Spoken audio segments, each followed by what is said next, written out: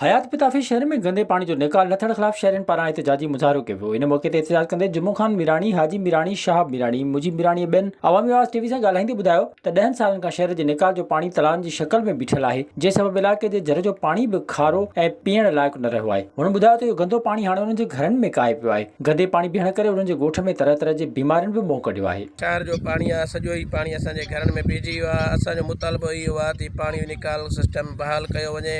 Water supply जेको नाले में असर बाक़ी आहे कुझु बि कोन। पीअण वारो पाणी बि असां मसुआ थो भरे अचूं था।